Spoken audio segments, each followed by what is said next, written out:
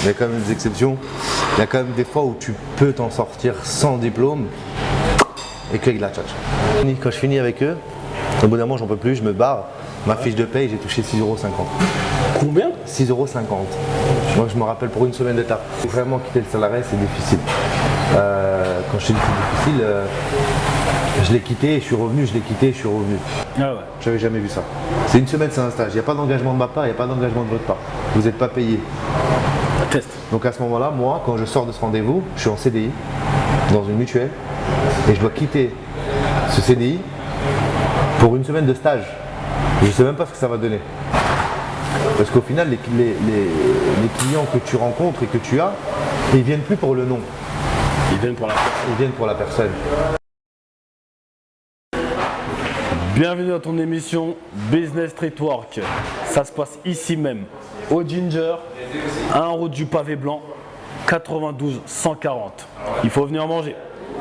Et ici même, aujourd'hui, on va recevoir quelqu'un de particulier, avec un parcours, un background atypique. Il va venir nous parler de son expérience, de ce qu'il a vécu. Il a fait du vrai hustle. Son parcours est riche en expérience. Donc, restez connectés. Abonne-toi si t'es pas abonné. Et ne rate surtout pas cet épisode, ça va être quelque chose.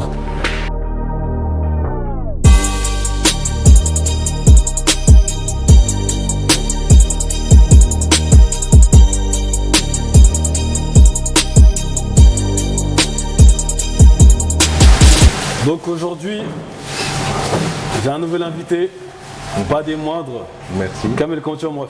Ça va et toi? Ça se passe? Tu vas bien? Ça dit quoi? Parfait. Bah écoute, excellent, c'est un plaisir déjà. Tout fraîchement revenu du Maroc. Exactement. Ça s'est bien passé? Parfait. T'avais à chaque fois. T'avais des opportunités là-bas ou pas? Ouais, et on en parlera. On en parlera sur la pense, t'inquiète. dans notre échange, mais ouais, bien sûr, c'est le but. T'inquiète pas, on va en parler. Vas-y, bah du coup, présente-toi, dis-moi, présente-toi. Bah écoute, moi, je suis courtier en assurance, Ok, dans l'immédiat. ok, J'habite aux Ulysses. ok, J'habite aux Ulysses, je suis né dans le 78, ok. dans les Yvelines. J'ai 30 ans. Je suis arrivé dans le 91 à Massy quand j'avais 12 ans. Donc je suis arrivé directement à l'école primaire. J'ai fait toute ma scolarité entre Massy et Palaiseau, collège d'Hydro et Henri Poincaré. Et puis après j'ai intégré le monde du travail et ça fait maintenant 2 ans un an et demi que je suis aux Ulysses. T'étais en Henri Poincaré à Palaiseau? Exactement. Du monde qui Henri bossait Poincaré. là-bas. Ouais, bah, c'était la planque du bac pro dans le secteur. On avait Fustel, il n'y avait pas de bac pro. Ouais. Et Vigénis, mais Vigénis c'était trop thug, donc les gens étaient préférés s'éloigner un peu, quitte à faire 2 stations de métro, de RER, mais se retrouver à Palaiseau. Ok. On va y venir petit à petit. Donc du coup, toi, tu es arrivé à 12 ans à Massy, mais tu étais Exact. dans le 7-8. Exactement, ouais. Et c'était comment? Tu étais dans quelle ville tu étais dans quelle ville toi dans le 7-8? J'étais au Muro. C'était au Muro. J'étais au Muro. Ah, le Muro gang. Ah, j'étais au Muro. Le Muro 7-8. Je suis né à Meulan et j'ai grandi au Muro à Bècheville, exactement. Ok. J'ai fait 2-3 ans quand j'étais petit à la Ville Blanche, mais j'étais trop petit. Ouais. Et sinon, mes principales années, je les ai fait à Bècheville, un quartier tranquille des Mureaux. On est à la limite des Mureaux, on est vraiment à la limite des Mureaux. C'était pas mal. Les Mureaux, c'était pas mal. C'était comment l'ambiance de manière générale? C'était cosmopolite, il y avait du monde, c'était... Bah, les Mureaux de base, hein, c'est une ville très très cosmopolite. J'ai l'avantage en plus là-bas, c'est que j'avais beaucoup de familles aux Mureaux. Donc c'était vraiment une enfance famille-famille. Quand je grandissais, j'avais la grand-mère aux Mureaux, j'avais les tantes, j'avais les oncles. Ma famille était aussi sur Mantes, sur Magnanville, sur Évreux. Mais en fait, c'était toute cette partie. Donc c'était vraiment se retrouver tous les week-ends aux Mureaux. Ok. Un week-end au Muro et un week-end à Évreux, en Normandie. Ok. En Normandie carrément? Ouais. Évreux, ouais, c'est en Normandie. Ouais. C'est vrai que C'est 45 minutes des Mureaux. Ouais, vous êtes à côté. Ouais, c'est à côté. Vous êtes vraiment à mi-chemin. C'est exactement à côté, c'est la même chose. Et les fréquentations du coup, c'était quoi? C'était des Noirs, des Arabes, des Blancs, C'est quoi le peuple? Le peuple des Mureaux, c'est un peu de tout. Hein. Ouais. Le peuple des Mureaux, c'était un peu tout. Toi, tu fréquentais autour de toi, c'était quoi qu'il y avait Bah, franchement, c'était mélangé. Hein. Sur mes voisins, mes amis de l'époque, avec qui j'allais au collège, avec qui j'allais à l'école primaire, c'était mélangé. On avait des Marocains, des Tunisiens, des Maliens, des Sénégalais. Et on avait aussi des Français, bien évidemment, mais c'était vraiment cosmopolite. Ok. C'est un peu à l'image de Massy. Hein. Un peu à l'image de Massy. De ouf, de ouf. Mais à la différence qu'au Mureaux, on ne va pas avoir d'Atlantis par exemple. On va avoir que du Place de France. Il n'y a pas d'Atlantis. C'est ça qui fait la différence entre les deux. On ne trouvera pas de Grand Ouest, on ne trouvera pas d'Atlantis. C'est vraiment que du Place 2. Ouais. Place 2, Poterne, Place 2, Poterne, Zola. Voilà. C'est très bien. Comme ça, tu vois le, on voit le topo. tu vois le topo exact. Et du coup, quel élève t'étais toi là-bas avant que. Franchement, moi j'étais un bon élève. Hein. Ouais. Ah ouais, franchement, j'étais un bon élève. Premier de la classe? Non, j'étais pas premier de la classe. J'étais pas premier de la classe. Mais j'étais bien, j'étais dans les 10 en tout cas, c'est sûr. Ouais. J'étais studieux, j'étais toujours le délégué. Ouais, j'étais pas le premier, hein, on va pas se mentir, soyons sincères. Mais j'étais studieux. J'étais studieux, j'écoutais, j'ai retrouvé mes bulletins il y a peu de temps. C'était des bons retours. J'avais toujours ma moyenne, les encouragements, les félicitations, assez bien, ça va. Toi, à l'école, c'était pas un problème. T'arrivais à suivre à l'école. Est-ce que tu étais passionné ou est-ce que tu étais intéressé? Toi, tu étais intéressé par l'école du coup? J'étais intéressé par l'école. C'était pas un problème au début, c'était pas un problème. Je dis bien au début. Parce qu'après après le lycée, j'ai arrêté. J'avais mon objectif, moi, c'était avoir mon bac. Ok. Voilà. Pour toi ou pour tes parents? Pour mes parents. C'est souvent comme ça. Hein. Pour mes parents. Moi, c'était une fierté à l'époque. Après par la suite, ce que j'ai fait, heureusement que j'ai eu le bac. Hein. Ouais. Parce que si j'avais pas eu le bac à ce moment-là, je suis le premier à dire que ça ne sert pas à grand chose le bac, mais c'est obligatoire. Parce qu'aujourd'hui, je rencontre encore des personnes dans mon entourage qui cherchent des emplois et qui se voient refuser ce poste. Parce qu'ils n'ont pas le bac. Parce qu'ils n'ont pas le bac. C'est vrai que quand tu as le bac, ça te permet d'avoir accès à des petits jobs pour lesquels on ne passe pas, mais des jobs via la mairie, voilà. Exactement. C'est surtout via la mairie, surtout quand c'est vis-à-vis de l'État, c'est obligatoire. C'est-à-dire que dans le privé, tu peux toujours négocier. Tu te retrouves avec quelqu'un, tu fais une bonne déballe et tu fais un entretien correct, tu peux toujours négocier. Mais c'est vrai que là, dans ce cas-là, quand tu travailles pour la mairie par exemple, il faut le bac, c'est obligatoire. Okay. C'est dommage, tu vois, c'est dommage parce que c'est une expérience personnelle. J'ai une connaissance qui malheureusement ne peut pas bosser parce qu'elle veut bosser avec les enfants à la mairie. Ouais. Elle a tout passé et en fait à la dernière minute, ils lui ont dit en fait, vous pouvez nous envoyer votre bac, mais elle n'a pas le bac. Donc du coup, c'est compliqué. C'est l'un des problèmes en France de manière générale, c'est que tu as peut-être les compétences, mais si tu n'as pas le diplôme, on ne prend pas. Je suis d'accord. Là aux États-Unis, si tu as la compétence, tu n'as pas le diplôme, tu mets à l'essai et après, si t'es bon, t'es bon. Sur ça, je suis totalement d'accord avec toi. Mais il y a quand même des exceptions. Il y a quand même des fois où tu peux t'en sortir sans diplôme et qu'avec la tchatch. Il y a encore ces possibilités. Toi, t'en as, toi, de la tchatch. Bah, justement, par la suite, tu vas voir que c'est possible parce que ça m'est arrivé. C'est pour ça que tu dis ça. Ok. Moi, ça m'est arrivé. Raconte ton anecdote. Bah, mon anecdote, c'est simple, c'est que j'ai quitté l'école.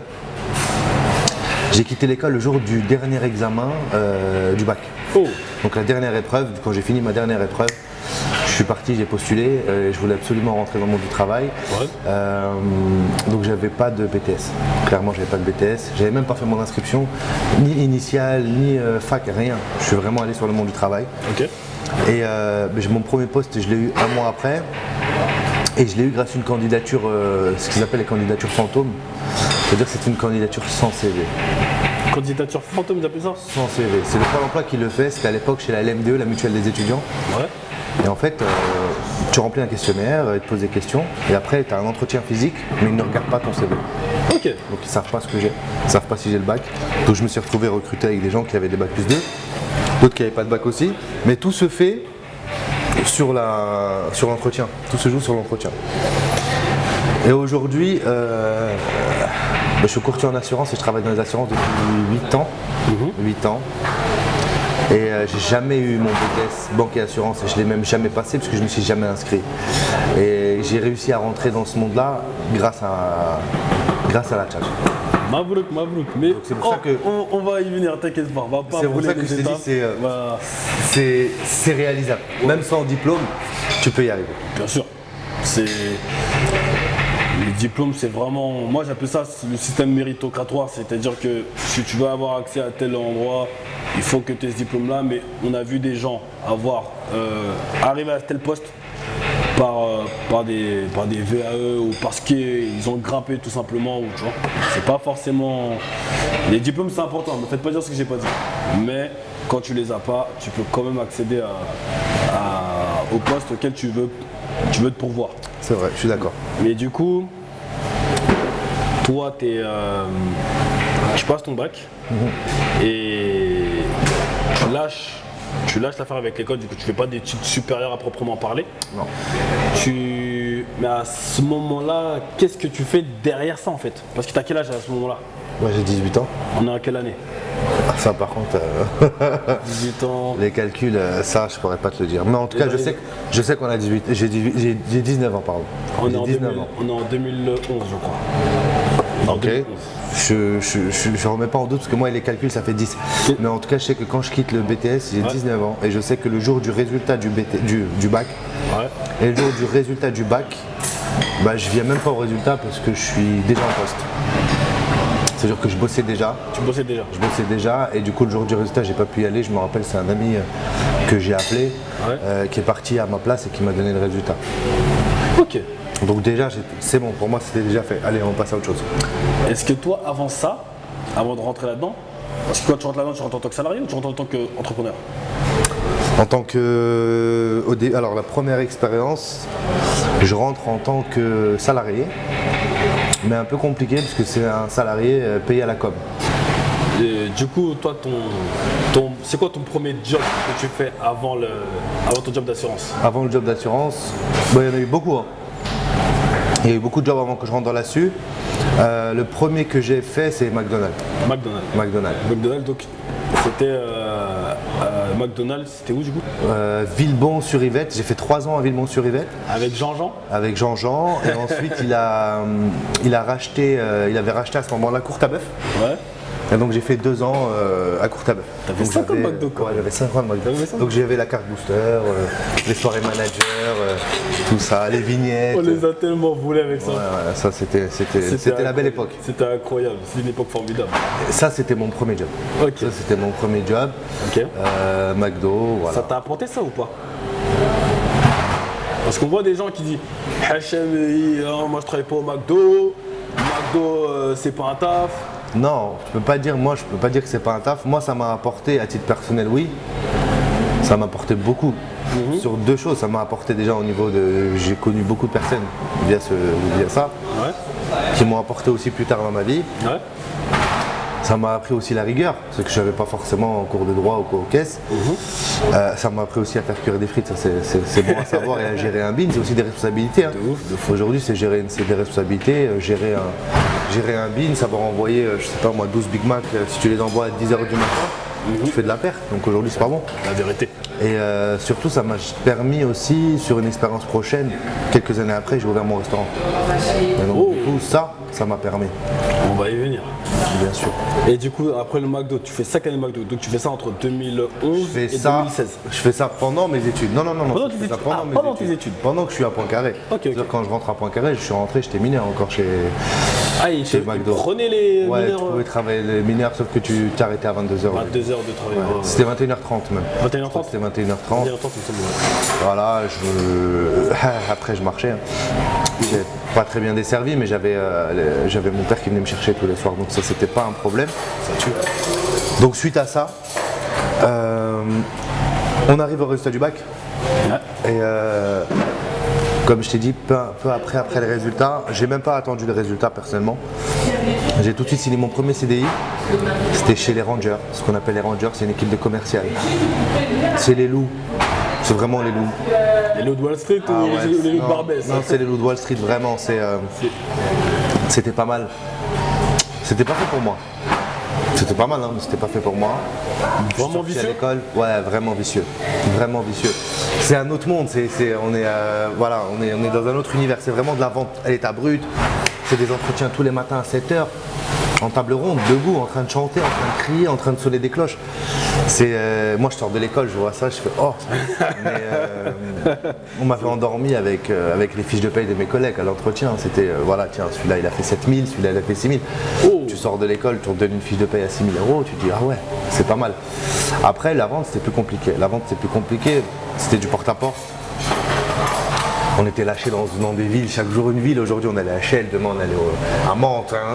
On prenait des tours de 30 étages, on montait tout en haut, il fallait descendre des escaliers et stocker à chaque porte afin de commercialiser des produits SFR. Aujourd'hui, c'était SFR. Ouais. Semaine après, c'était Canal+, semaine après, c'était EDF. Costume obligatoire. Oh. Je me rappelle à la petite époque, je quitte le lycée. Je pense mon entretien à Royal Malmaison, Ouais. il m'accepte, je signe mon CDI et on était vendredi, il me dit écoute je commence lundi. Donc samedi je vais chez Armand Thierry, Ouais. je prends pour 450 € de costume pour être au maximum. Tu mets le paquet. Quand je finis avec eux, au bout d'un moment j'en peux plus, je me barre. Ma fiche de paye j'ai touché 6,50 €. Combien? 6,50 €. Moi je me rappelle pour une semaine de taf. Parce qu'en fait leur contrat était super mal fait, C'est possible ça en France? Ouais, c'était super compliqué. Franchement, le contrat, comment il était fait, c'était de la freelance, mais pas de la freelance, mais t'étais pas auto-entrepreneur, parce que j'étais pas auto-entrepreneur à ce moment-là. Donc comment ils arrivaient à faire la facturation, je sais plus, mais en tout cas, je me rappelle que j'avais touché, ça je m'en rappelle bien, parce que j'avais payé près de 400 balles de costume, Et pour eux, parce que du Ouais. coup pour le taf. Et à la te fin, donnait 6,50 j'ai- sur la fiche de paye, 6,50 les €. rapaces. Ouais, c'était exceptionnel. C'était exceptionnel. Depuis, plus jamais. Porte à porte, plus jamais. C'est quelque chose que j'arrive pas à faire. Aujourd'hui, tu peux me proposer un taf où, peu importe la somme, je pourrais pas. J'ai essayé, hein. SFR m'a contacté en direct, SFR Business aussi, pour travailler. Et là, par contre, c'était un vrai contrat, un CDI avec un fixe et tout. C'était carré, hein, de Ouais. A à Z. Malgré ça, c'était pas gérable. du coup, toi, t'es. Bon, pour toi, tu le vis un peu comme une défaite ce truc-là. Totalement. Tu t'es fait carotte, Totalement. tu te sens vraiment rodka. Totalement, mais alors, Et, totalement. et du coup, après, tu enchaînes. Tu enchaînes avec. Tu m'avais parlé d'un contrat, c'est ça? Que tu as vu Après, avec SFR? J'enchaîne avec. Non, du coup, SFR, j'y vais pas. Ok. SFR, j'y vais pas, je passe mon entretien, tout est bon. Ok. En fait, il y avait 2 entretiens à passer. Au dernier entretien, il me fait ah, en fait, il y a du porte-à-porte. Et ça, c'est pas possible. C'est pas possible. Dans le réseau général, hein, c'est des choses que je peux pas faire. La prospection en elle-même, elle me dérange pas. Mais le porte-à-porte, je trouve que ça passe pas. C'est Déjà, l'intimité des gens, c'est déjà les tu taper. les déranges. Tu sais pas comment ils vont. Tu sais pas comment ils vont t'accueillir. Bah, déjà, ouais, Moi, je ils me vont pas souviens- t'accueillir déjà, c'est de base, ils vont entre la moitié qui va pas trouver la porte malgré qu'elle est là. Et je la comprends totalement. Ils regardent, t'entends que la personne elle est derrière la porte et qu'elle a regardé. Et qu'elle peut juste pas t'ouvrir. Tu baisses le volume. Mais il y en a qui ne se prennent même pas la tête, hein. Je veux rien, merci, au revoir. Mais après, tu vois, je comprends. Donc c'est pour ça que dès que ça me parlait de comment ça s'appelle, porte-à-porte, Ouais. c'est fini. Ok. Et avec quoi du coup est-ce que toi tu fais là on est plutôt dans les années 2015-2016, si je dis pas de bêtises, Même avant. on est même avant. Ouais, même avant. Et du coup toi tu fais tu chemines ton salariat. Quand est-ce que tu quittes le salariat? C'est quoi qu'est-ce qui te fait quitter le salariat toi du coup? Alors je quitte le salariat, pour vraiment quitter le salariat c'est difficile. Ouais, de Pour ouf. vraiment quitter le salariat c'est difficile. Quand je te dis que c'est difficile, je l'ai quitté et je suis revenu, je l'ai quitté et je suis revenu. Parce qu'il y avait quand même une certaine sécurité. Par contre je l'ai quitté à moitié Ouais. dès le début. Dès que tu as commencé Dès à. le début, même avant que je faisais les rangers, dès le début pendant le lycée, Ouais. je faisais déjà de la location de voiture D'accord. avec chauffeur. C'est le premier truc que tu fais? Premier projet, exactement. Premier projet. C'est le premier. Bon, après, quand j'étais au collège, au lycée seconde, etc., j'étais DJ, donc je faisais un peu de mariage, etc. Donc Non. j'étais déjà, j'étais- Raconte. Aujourd'hui, On veut tu trouves savoir. encore les vidéos sur, tu trouves encore les vidéos sur YouTube. Mais raconte. Mais Que ça se passait comment ça? Ça se passait comment? Je mettais des pubs sur Facebook, à l'époque c'était Facebook, sur YouTube. J'allais mixer avec un collègue, on mixait à deux. Tu mettais des pubs sur YouTube, sur Facebook, c'est-à-dire tu faisais toi-même ta pub? Ouais, moi-même je faisais des flyers, je faisais mes flyers. Je me rappelle, c'est ma mère qui m'avait acheté tout mon matériel d'ailleurs. Tout mon matériel complet, platine, enceinte, tout. Mais non. On avait tout pris. Je me rappelle, j'avais même pas le permis. Donc je suis obligé de passer par quelqu'un qui venait avec moi, on chargeait la voiture, on allait et on avait commencé, j'avais commencé par les chichas. Tes flyers, tu les faisais comment? Par un mec, un graphiste. Tu mets pas un graphiste sur internet, tu vas sur internet? Sur le bon coin, non, sur le bon coin. Sur le bon coin, tu vas sur le bon coin? Sur le bon coin, tu cherches graphiste et tu lui envoies une recharge 50 € ou un PayPal à 50 €. Ouais. Tu lui dis ce que tu veux, voilà, je veux ça, ça. Et en 24-48 heures, tu fais. il t'envoie. Et aujourd'hui, c'est ce que je fais encore. Ok. Je passe par des graphistes, que ce soit sur Snap ou sur Facebook, mais c'est En gros, Facebook un peu moins. Facebook un peu moins, mais Snap beaucoup. En gros, on les trouve sur les réseaux sociaux de manière générale. Bien sûr, ils sont connus, ils bossent avec des grandes marques. Aujourd'hui, c'est plus le même niveau qu'avant. C'est-à-dire que c'est des mecs qui bossent avec des grands restaurants, avec des grandes marques de vêtements, peu importe, ils font des pubs et des flyers. Ouais. Donc lui, tu l'appelles et c'est ce que je faisais. Je faisais appel à eux. J'ai commencé dans les mariages. Je faisais les mariages rebeux. Tu prospectais comment pour les mariages rebeux? Pareil, c'est le bon coin. Là, Bon tu mettais ton truc, tu mets ton annonce sur le bon coin, on t'appelait, on a besoin d'un DJ. Et moi je faisais tout sur le bon coin. Carrément mon nom c'était Monsieur le Bon Coin. Je faisais tout sur le bon coin, vraiment. Je faisais toutes mes pubs, je faisais tout de A à Z. Et j'avais fait le bon coin et j'avais fait aussi les chichas. J'ai fait un peu les chichas, j'ai fait aussi à Palaiso aussi. Pour les chichas aussi pareil, non, les chichas par contre, contacté par le bon. Non, ça c'était plus des connaissances. Ah, je cherchais un DJ, ah ok, il y a un mec qui fait DJ. Je me rappelle à l'époque je prenais rien du tout, je venais de commencer donc moi ça m'arrangeait, à la limite je peux venir te faire le show gratuit, je m'en fous. Mais non. Parce que ça va m'arranger. Ouais mais j'investis sur mon temps. Ça veut dire que j'investis, à l'époque c'est de l'investissement. Je viens par exemple, toi tu as un mariage, tu as une chicha, moi DJ va te prendre peut-être 1200 €, moi je vais te compter 300 € de déplacement, histoire de payer la personne qui est avec moi. Toi tu valides, moi par contre de mon côté je vais prendre un max de vidéos. Attends, je t'arrête là parce que moi là je connais des photographes, des DJ qui pour un mariage prennent vraiment scalope. C'est-à-dire que ils ne se déplacent pas pour un cas à la soirée, tu vois. Toi tu prenais combien à l'époque?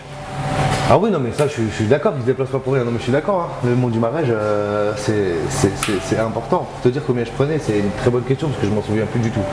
Je te dis ça remonte à plus de 10 ans. Mais je sais que je t'ai dit qu'en chicha c'était des trucs comme 200, 300 €, tu vois. Tu faisais la soirée, mais moi j'ai gagné dessus. En expérience. En expérience. Ouais. Et surtout en contenu. Tu vois. Tu peux dire comme aujourd'hui le CV. Exactement.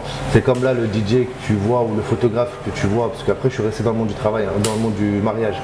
Je suis resté dans le monde du mariage pendant 6 ans aujourd'hui. Tu y es encore un peu, non? Et j'y suis plus beaucoup, mais je garde tous mes contacts. D'accord. Je garde tous mes contacts. Et c'est pareil, un DJ aujourd'hui, s'il vient te voir, il te facture 2500 €.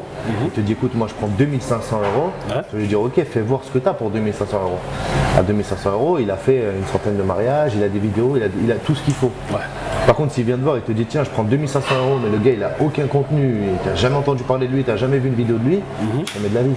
Donc aujourd'hui, c'était ça le jeu, c'est que moi je baissais mes tarifs au maximum afin d'avoir un maximum de mariages. Mieux valait voir un planning blindé peut-être la première année. Alors ouais, je vais me déplacer pour pas grand chose. Après c'est toujours ça de prix, 300 € c'est toujours ça de prix à l'époque. Je vais me déplacer pour pas grand chose, mais au moins je vais avoir du booking. Après 300 €, tout est relatif, hein. C'est quand même habillé quand même pour quelques heures de. Bien sûr, après le mariage il se prépare en amont aussi. Après le mariage il se prépare en amont. C'est-à-dire que tu n'arrives pas, tu vas mixer peut-être, je sais pas moi, 5 heures sur le mariage, mais c'est comme le photographe. Le photographe, il vient en mariage, moi j'ai mon oncle qui est photographe en mariage. Et je connais des très très bons photographes dans le monde du mariage avec qui je bosse. Le mec il te dit, il vient, ok, il va prendre peut-être 5 heures pour bosser, il va filmer pendant 5 heures, mais il va passer 3 jours sur la vidéo après. 3 jours sur la vidéo, entre la découpe, le montage, la vidéo il a filmé 5 heures, il va pas t'envoyer 5 heures. Lui il va t'envoyer 1 heure de film. Oh, mais il faut diviser les 5 heures, c'est-à-dire qu'il est obligé de les voir plusieurs fois les 5 heures pour pouvoir découper. C'est du timing, c'est du taf, voilà, c'est du taf. Et le DJ c'est pareil, le DJ il arrive au mariage, il te demande avant ce que tu veux et il doit préparer, tu vois, forcément il prépare. Donc c'est du taf. C'est pas aussi simple que ça, parce que tu as des gens qui disent ah ouais, 300 € pour 3 heures de mix et je le fais. Ouais mais non, c'est pas aussi simple. Donc le DJing, c'est un peu ton premier rapport avec le hustle en vrai. Ouais. C'est là tu commences à te créer un réseau. Donc merci Le Bon Coin pour Merci, totalement, merci. et les connaissances aussi parce que tu as fait du bouche à bouche, enfin il y a eu du bouche à oreille en tout cas sur le Bouche à bouche, non, ouais, je peux dire. T'as un gamin. Du bouche à oreille en tout cas sur les connaissances pour les chichas, etc. Et au final on t'appelle, ça marche et tu vas de l'avant. Ouais, et après je reste dans le monde du mariage. Tu restes dans le mariage. Après je reste dans le monde du mariage et je propose la location de voitures avec chauffeur. Parle-en-moi, ça se passe comment ça du coup? Ça se passe au culot. Au culot carrément. Ça se passe au culot, ouais. Ça se passe au culot, pourquoi? Parce que je loue des voitures avec chauffeur pour des mariages. Ok. Donc c'est la voiture de la mariée. Ouais. Ça me permet là aussi encore une fois de grandir mon carnet d'adresse. Ok. Je connais les photographes, je connais les orchestres, je connais les DECA, je connais les Negafa, je commence à toutes les connaître. On se revoit plusieurs fois. On a un mariage samedi, vendredi, samedi, donc vendredi, samedi on se voit. Et des fois même le dimanche. On a des beaux mariages le dimanche aussi, parce qu'on travaille avec toutes les communautés. Ouais. Musulmanes, feuches, chrétiennes, travaille avec tout. Et les juifs ont fait beaucoup de mariages le dimanche, donc on faisait toutes les synagogues le dimanche. Ouais. Donc on commence à se connaître et on se côtoie. Et sauf que moi à l'époque, j'ai pas les fonds pour acheter une Porsche, j'ai pas de permis déjà. Ouais. Déjà, quand je commence, j'ai pas de permis. On a quelle année à cette époque-là? Aucune idée. T'as les dates, c'est pas un truc de fou. Ouais, les dates ça fait 6. Mais en tout cas, je sais que là, quand je te dis, quand je commence quand j'arrête la musique, le DJ pour me mettre sur la location, T'as quel âge à peu près à ce moment-là? j'ai 18 ans. J'ai toujours pas de permis. Toujours pas de permis. On est toujours au lycée, hein. On est toujours au lycée. Toujours au lycée et tu fais ça quoi? Ouais, je fais ça. Ah, moi à 18 ans, des fois. 18 ans, clairement, là je vois ton parcours à 18 ans déjà, t'as un background. Alors, à 18 ans, alors qu'il y a des gens. je vais t'expliquer ce que j'ai fait alors pour mes 18 ans alors. Pour mes 18 ans, ils ont dû fermer la route de Palaiseau. Tu vois la route qui ramène à Henri Poincaré? Ouais. Ils l'ont bloquée. Ok. La BAC l'a fermée. Parce que ceux de Poincaré s'en souviennent. Et à l'époque c'était quelque chose. Aujourd'hui c'est banal, mais à l'époque c'était quelque chose. J'avais tout organisé pour qu'à la récréation, je me rappelle la récréation du mercredi, à 15h, il y ait un 4x4 Hummer limousine allongé avec 2 Cadillac noirs, donc ça fait 3, qui arrivent devant le lycée. C'était magnifique. C'était mon anniversaire. Je l'ai fait à la Pub aux États-Unis et ah tout. ouais, mon incroyable anniversaire. C'était magnifique. Et là où j'avais réussi à gérer mon coup, c'est que j'avais pas payé. Oh. Ouais, j'avais pas payé. T'as fait ça comment? Parce que du coup, j'avais fait une liste, j'avais vu avec les prestats, déjà j'avais négocié avec les prestataires. Ouais. Déjà c'était moitié prix parce que tu fais revenir ça, les 3 chauffeurs avec les 3 voitures, un mercredi pour 1 heure, c'est pas pareil qu'un samedi pour 5 heures. Donc déjà sur le tarif, on est beaucoup plus intéressant. Et j'avais vu que sur le limousine, je pouvais mettre 12 personnes. Et avec ça, j'avais 2 gros 4x4 Cadillac. Les 2 gros 4x4, je prenais 5 et 5. Donc ça te fait une vingtaine de places. J'ai fait payer les places. C'est-à-dire que tous ceux qui voulaient venir avec moi à mon anniversaire, je sais plus combien j'avais fait ça, ils payaient 10 €, 20 €, je sais plus. T'es trop en tout cas, la somme qu'eux ils ont payé, ça a couvert tous les frais. Et donc j'avais rien payé. Au final, j'avais rien payé, ça comprenait. Parce qu'il fallait le faire, hein. Tu sors du lycée et tu as ça devant, tout le monde voulait monter. Et du coup, les mecs, ça leur faisait en même temps, c'est mon cadeau, tu vois, c'est le cadeau d'anniversaire. Ouais. T'as payé et puis c'est bon. Et ils venaient, ils sont montés, après les voitures, elles nous ont pris en cortège jusqu'à Paris. Je me rappelle, ils nous a déposés à la chicha. Et on a fini l'après-midi, on avait réservé le bas de la chicha. Et ça à 18 ans. Ouais, Incroyable. c'était mes 18 ans. C'était mes 18 ans. Donc toi t'arrives, là tu passes un step limite, tu fais du hustle mais t'arrives à comment dirais-je, à faire du SNESB avec de la loc en gros que tu prends, tu mets pas un rond et tu fais payer tes convives. Non t'es un tueur, mais Franchement, c'était pas mal. Mais Pourquoi est-ce que la BAC, elle coupe la route du coup? C'était le proviseur. Il faut dire qu'il appelait la BAC direct. Et la limousine, quand elle tournait, en fait, elle ne pouvait pas remonter sur la route du collège, du lycée, Henri Poincaré, parce qu'Henri Poincaré, il y a une montée comme ça. Elle n'arrive pas, donc quand elle fait le virage, elle reste bloquée, ça bloque la route. Donc ils sont obligés de bloquer la route là-bas, et tu as tout le monde qui arrive, entre-temps, tu as des gens qui appellent d'autres gens. Oh mais venez, tout ça, il y a un Hummer, parce que c'était un Hummer. Il y a un Hummer H2 je sais plus si c'était H2 ou H3, mais je sais qu'à l'époque, aujourd'hui tu les vois partout. À l'époque, c'était quelque chose. Ouais, c'était quelque chose. Tu vas dans les clips de rap, pas de n'importe qui. Franchement, c'était quelque chose. Et le mec, tout était bien fait. Il est arrivé, je me rappelle qu'il était venu un peu en avance, donc je lui ai dit de rester caché. J'avais prévenu les mecs, il y a des mecs qui n'avaient pas cours le mercredi après-midi, ils sont venus. Il y a des mecs qui terminaient le cours à 14h, ils sont venus. On leur a dit restez jusqu'à 15h, il va y avoir un bail. Ils sont tous venus et du coup c'était le bordel. Le proviseur est sorti, mais c'est quoi ce délire? Allez, partez. Ils ont dit allez, partez, sinon on vous embarque là. Parce que c'est. Comment ils appellent ça? Quand tu fais, en fait, je suis en mode, il fallait demander une autorisation parce que ça amenait du peuple, rassemblement non autorisé. Allez, à la fin, on connaît rien quittez pas les eaux, barrez-vous vite et puis ciao. Mais oui, là c'était vraiment, là j'ai commencé la loc. Là c'était vraiment le début. Ça t'a mis le pied à l'étrier ça? Ouais, là ça m'a mis le pied à l'étrier. Tu vois, là je rentre dedans et je sais que je me dis, là il y a de l'oseille. Et du coup, qu'est-ce que je fais? Je te dis, j'ai pas le permis. Et je fais des mariages le vendredi, samedi, dimanche. Mais j'ai pas de permis. Et surtout, j'ai pas les fonds. C'est-à-dire que j'ai pas de Panamera, j'ai pas de classe S, c'est des voitures qui valent 120 000 €, je peux pas les acheter. Qu'est-ce que je fais? Quand je marche dans la rue, que je te croise, toi par exemple, si toi t'as une Panamera, je t'accoste toi. Direct. Et c'est comme ça que ça s'est fait. Et plein de fois je me fais recaler au début, plein de fois je me fais recaler, mais après ça marchait. Le porte-à-porte ou qui t'a. Non, là c'est pas du porte-à-porte, je te croise dans la rue ou sinon je vois la voiture et puis je laisse un mot sur Non, ce que je voulais dire, c'est est-ce que c'est ce truc, cette formation de porte-à-porte? Non, pas du tout. Ah non, pas du tout. Ouais, non, Parce que c'est. Moi, tu vois, ça je le ferais pas. Ah non, non, mais en fait, je vais t'expliquer. T'as de l'argent à faire sans rien faire. Ouais. C'est pour ça que tu y vas. Tu te dis, et je me rappelle, moi le premier que j'avais pris, c'était, lui par contre c'était une connaissance. C'était un contact qui m'avait dit, j'ai un pote à moi qui a une Panamera si tu veux. Je dis ouais, j'ai besoin de lui. Donc je l'appelle et tout, je dis écoute, voilà, je me présente, Kamel, tout ça, nanana, je bosse dans le monde du mariage. À l'époque je bossais pas du tout dans le monde du mariage, mais tu te vends comme tu peux. Je bosse dans le monde du mariage, j'ai plein de mariages le samedi et tout, j'aurais besoin de toi.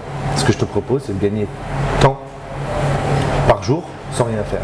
Ah ouais, comment ça se passe? Il me dit par contre moi il n'y a personne qui touche ma voiture et c'est totalement normal. Donc du coup ce que je faisais en fait, je me rappelle comme j'avais pas le permis, je partais avec lui moi côté passager, c'était moi le passager. Ouais. En fait c'est une feuille de route, tu vois avec un marié, par exemple toi tu veux te marier, tu cherches une voiture, je te trouve la voiture, une Panamera. Voilà, l'adresse de début, l'adresse de fin, ça fait tant, je te donne un exemple, ça fait 500 €. Voilà. Tu vas venir, tu vas me payer, moi je vais venir avec lui. En fait je t'ai fait un travail de courtier là, je t'ai ramené le mec que toi tu n'as pas. Et moi je viens avec lui et c'est comme ça que j'ai créé ma flotte. En fait j'avais pas de voiture avec des caractéristiques, n'était pas à moi. Je te rappelle encore une fois que j'avais pas le permis, mais j'ai ramené des gars, je te croise par exemple toi, tu as je sais pas moi un GLE, je dis écoute, est-ce que tu veux gagner 500 € le samedi? 500 € le samedi, personne ne touche le volant, c'est le seul qui touche. Généralement ces mecs là c'est des hommes d'affaires, tu vois, c'est des chefs d'entreprise, samedi sont en repos. Pourquoi pas? Ok, pas de soucis. Il essaye une fois, il voit que ça pète, et après c'est parti. Et après t'as des mecs avec qui on a bossé pendant des mois. Jusqu'à aujourd'hui, on est resté amis. Ça tue. Une fois que j'ai eu mon permis, après j'ai quitté, j'ai arrêté ce côté-là. Mais je te dis, pendant 2 ans, j'avais pas le permis. Donc toi, le cheminement que tu as fait là pour rentrer dans ça, enfin, en tout cas pour avoir des voitures de luxe, parce que c'est pas donné, surtout que la caution, etc. Toi, c'était. Mais pour les accoster, tu montais sur Paris? Tu bougeais? Tu attendais qu'ils voient voir une voiture Le Bon Coin. Le Bon Coin, c'est aussi simple. Le Bon Coin. Tu vas sur voiture, tu cherches un mec qui vend une voiture, et tu mets le modèle, tu mets Panamera, et à ce moment-là, tu vas être en contact soit avec le mec qui va la vendre. Mais tu les appelais directement ou non, tu lui envoies un mail. Non, tu lui envoies un mail parce que tu vas te faire recaler. Ouais, mais. Tape et tout, ça va truc. Tu envoies un mail, tu vas en envoyer 100. Ouais. Il y en a un qui va te répondre. Mais c'est pas grave, celui qui va te répondre, il va te rapporter tant par semaine. Donc ça vaut le coup, tu vois. Tu vas te prendre une journée, tu vas envoyer que des mails, Et celui qui va décrocher ou celui qui va te répondre, ça va payer. Et au pire des pires, parce que ça m'est arrivé une fois, Le mec il m'a dit ouais ça m'intéresse mais je vends la voiture parce que tu l'attrapes sur les annonces de vente. Pas de problème, même moi en contact avec celui qui l'achète. Aujourd'hui le mec il vient acheter sa voiture, il vient acheter une Panamera, il habite sur Paname, il paye je sais pas moi 90 000 euros. Mais toi tu vas lui garantir de gagner 500 euros par semaine. En haute saison. Le mec, c'est tout bénéf. Il va accepter. Donc c'est comme ça que ça s'est fait pour la location de voiture. Ça tue. Jusqu'à d'avoir eu le permis. Et quand j'ai eu le permis, ces mecs avec qui j'ai bossé, ils m'ont fait confiance. Et là cette fois-ci, Ils t'ont prêté leur gaufre. voilà, totalement. Mais c'est des mecs avec qui j'ai bossé pendant 1 an, 2 ans. Tiens, prends la voiture, fais le mariage, je me la ramène le lendemain. C'était comme ça que ça s'est passé pour la location de voiture. Ah ouais, mode déter. Moi, je vois que. En tout cas, t'as bougé. C'est pas tombé du ciel.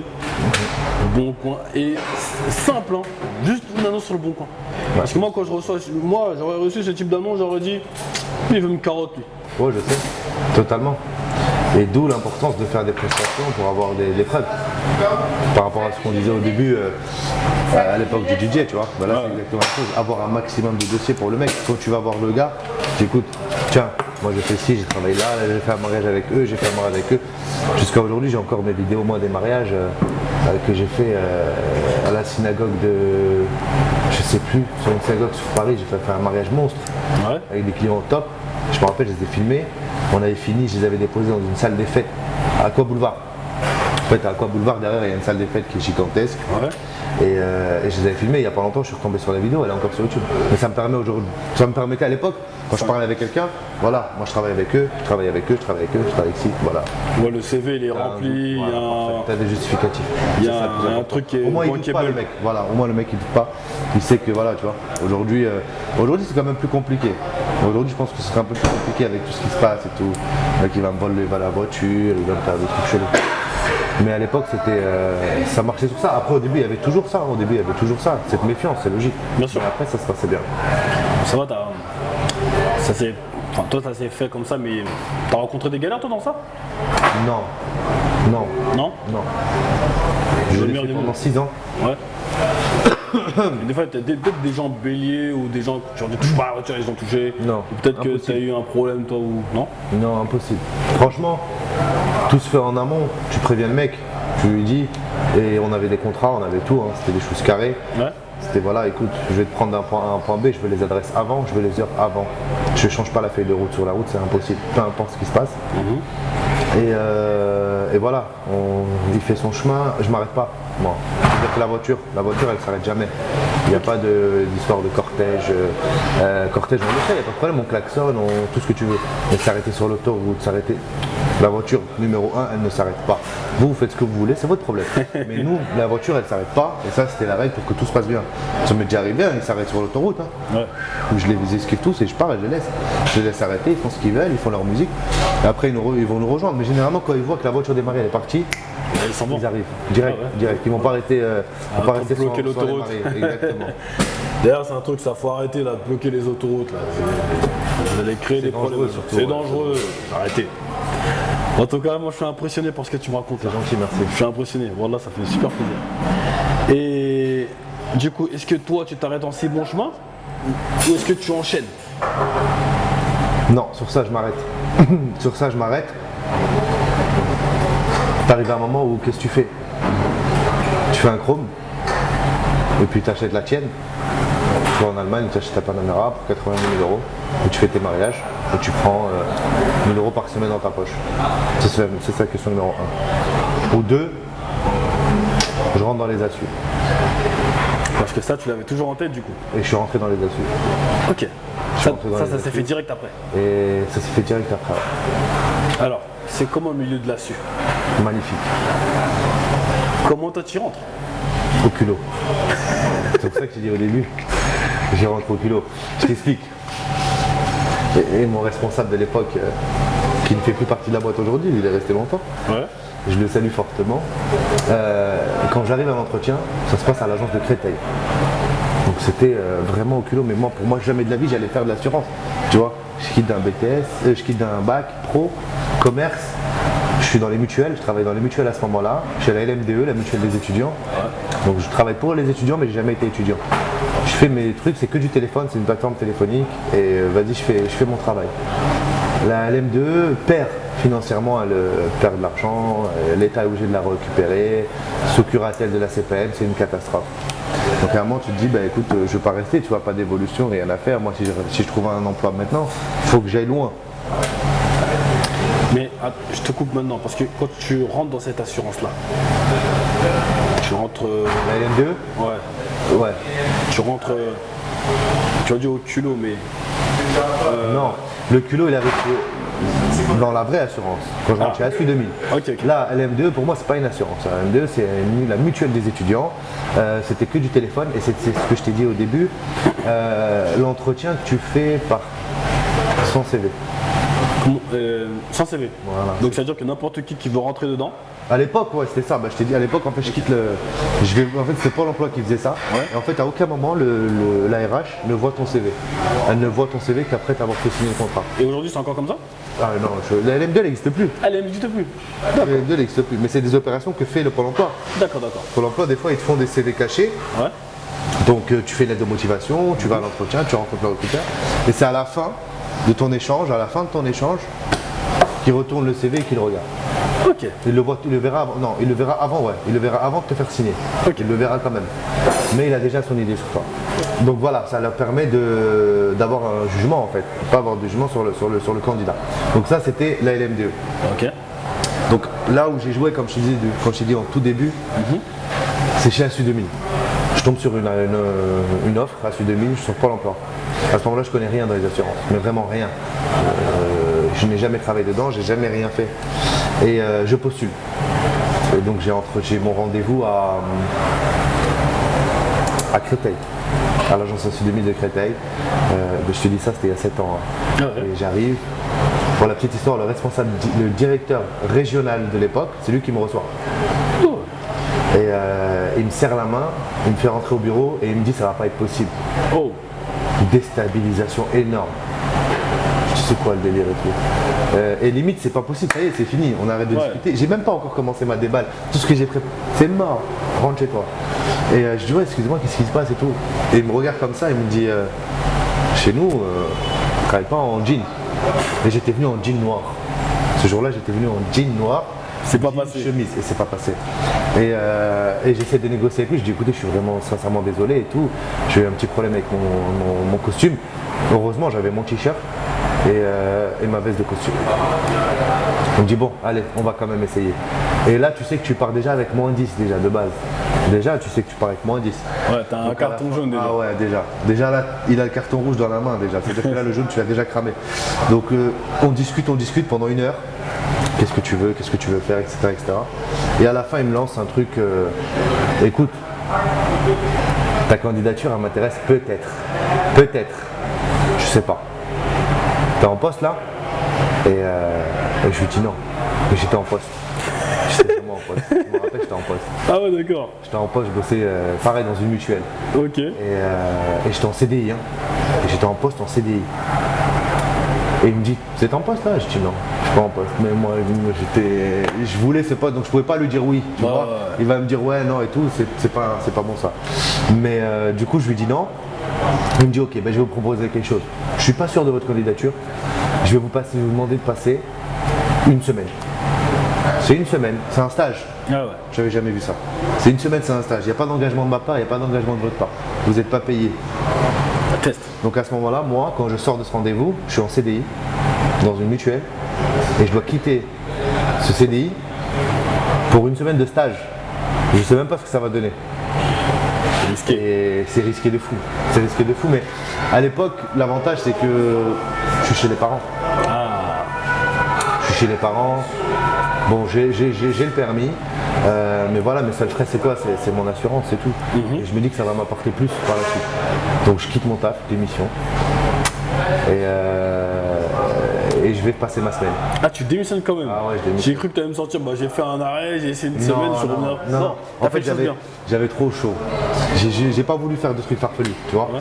Parce que je me suis dit, je peux faire un arrêt maladie, mais si ça donne bien à la fin, si lui il va me faire une DPAE après, il va me déclarer mon embauche, s'il voit que je suis déjà pris ailleurs, ça va être catastrophe. Il va me dire tu m'as menti, c'est fini, on arrête là tout de suite. Je vois. Donc du coup non, j'ai préféré démissionner.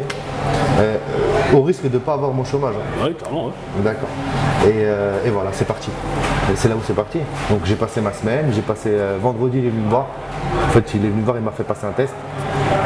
C'était une cinquantaine de questions sur l'histoire d'Assu 2000. Assu 2000 qui est le premier réseau de courtage en France. Et la semaine d'après, j'ai commencé et ils m'ont remis mon agence dans le 77 à Savigny-le-Temple. Donc en fait, tu avais réussi à passer le cap de cette semaine. Bah, surtout que j'ai réussi à passer le carton jaune sur le jean. Ouais. Et j'ai surtout réussi à passer le carton rouge qui était sur l'annonce. Parce que sur l'annonce, il demandait un bac plus 2 banque et assurance. Oh. Et il le savait ça au départ ou pas? Ouais, il le savait, ouais, il le savait. Non, ça il le savait, par contre j'ai marqué sur l'annonce. J'ai jamais menti sur ça parce que généralement ils te demandent. Ouais. Derrière ils vont te demander le justificatif. Ils vont dire ok, t'as le bac, donne-le nous. T'as le BTS, donne-le nous. Donc du coup, sur ça j'avais mis, tu vois. Et ça se passe comment quand t'es là-bas du coup? Chez Assu 2000. Ouais. Au début, ça se passe très bien. Ça se passe très bien. Alors Assu 2000, bon, c'est le premier réseau de courtage. T'es en salarié là-bas? Je suis en salarié, ouais, je suis en CDI, salarié. Tout, tu gères ton agence, tu es responsable d'agence, tu as tes clés, tu viens le matin, tu ouvres ton agence, tu te commercialises. Mais je comprends pas. Tu es responsable de l'agence, mais c'est pas ton agence. Enfin, je veux dire, c'est pas une franchise. Non, c'est pas une franchise, tu es salarié, tu es responsable d'agence. D'accord. En fait, tu es responsable des murs, hein, mais derrière, au-dessus de toi, tu as un responsable, tu as le responsable de secteur, au-dessus, tu as le responsable de région. Et voilà, non, c'est pas une franchise, on est bien d'accord. D'accord. C'est pas une franchise, c'est vraiment. Tu es responsable, tu es salarié, c'est un CDI, tu viens le matin, tout. Pendant 2 mois et demi, je suis en formation. Ouais. Je suis en doublon avec mon responsable de secteur de l'époque, c'est lui qui va tout montrer. Et après, je suis tout seul. Pendant 3 ans et demi, je suis tout seul. Et tu fais ça combien de temps? 3 ans et demi. 3 ans et demi? Assu 2000, 3 ans et demi. Donc 3 ans et demi chez Assu 2000.